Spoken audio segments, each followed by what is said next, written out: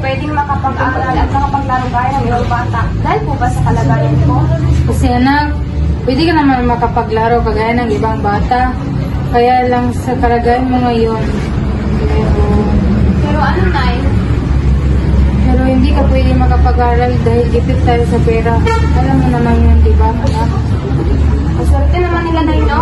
Pangarap ko talagang makapag-aral, makapaglaro at makapaglakad kasama mga kaibigan ko.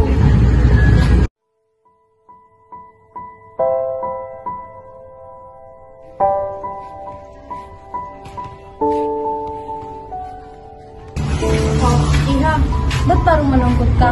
Ano nangyari sa'yo? Wala ate. Gusto ko lang naman talaga makapaglaro at makapaglakad. Pero hindi pwede dahil sa kalagayan ko. Ganun ba, Iha? Huwag ka na lang malungkot. Bukas ng umaga, pumunta ka sa ospital ha. Maipapakilala ko sa orthopedic surgeon na maaari kang bigyan ng libreng operasyon at gumaling ka.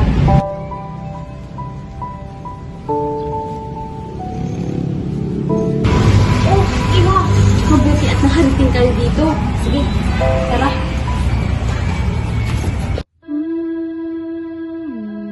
Maraming salamat sa inyong lahat.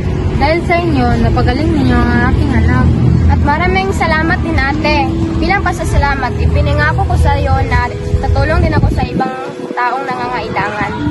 Kung ano man, Iha, at masaya rin akong makatulong sa mga